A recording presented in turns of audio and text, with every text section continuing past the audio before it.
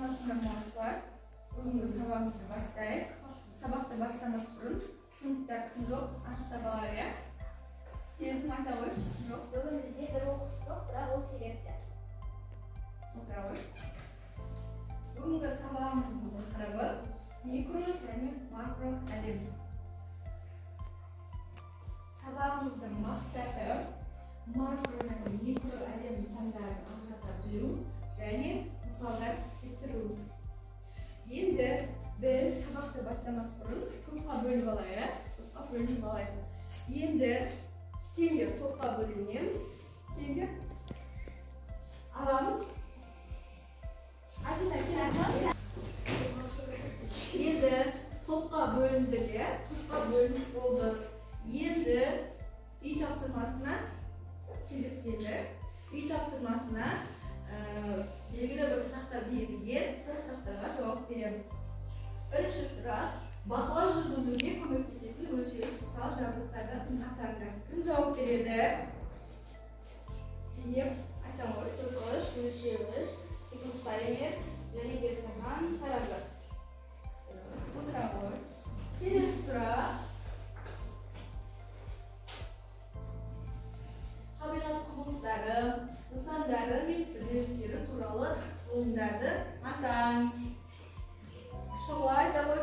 Алгебра, химия, физика, антропология. Дұрыс, отыра ғой. Үшінші сұрақ: ғылымның міндеттері. Батырхан айта ғой. Тәжірибелік, білімділік, мәдениет. Дұрыс, отыра ғой. Енді бізде макроәлем және микроәлем деген ұғымдар бар. Макроәлем және микроәлем деген ұғымдар бізде макро адам өлшеміне сәйкес келетін немесе одан да көп мөлшерде жүретін заттар. Келесі микроәлем дегеніміз бізде микроскоппен өлшейтін немесе одан микроскоппен өлшейтін немесе көзге көрінбейтін заттарды айтамыз. Ал мегаәлем дегеніміз макроәлемнен үлкен және де оған галактика, жұлдыздар, аспан жүйелері жатады. Енді осы тапсырма бойынша үш топқа бөліндік: микроәлем, макроәлем және мегаәлем. Енді осы бізде тапсырмалар берілген. Тапсырмалар орындаймыз. Бірінші тапсырма: ақиқат, жалған. Бұл жерде тұжырымдама берілген. Сол тұжырымдама ақиқат па әлде жалған ба, соны анықтаймыз. Бірінші топ қанекей жауап береді. Макроәлем адам өлшемдерімен салыстыруға болатындай нысандардан тұрады. Кім жауап береді? Айсара. Я немесе жоқ? Я. Дұрыс, я? Дұрыс. Келесі микро сөзі кішкентай деген мағынаны білдіреді. Кім жауап береді? Айша жауап береді. Иә, микро деген кішкентай деген мағынаны білдіреді. Дұрыс. Келесі атом, молекула, қарапайым бөлшектер макро әлемге жатады. Кім жауап береді? Азамат. Жоқ.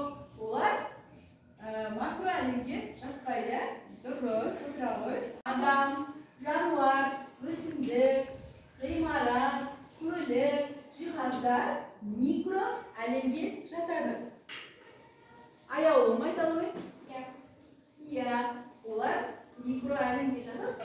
Жоқ, дұрыс емес. Олар макро әлемге жатады.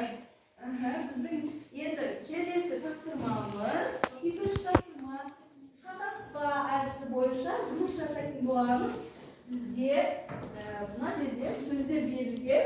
Сол сөздерді вверх диаграммасына енгізетін боламыз. Сендерге плакаттар берілген.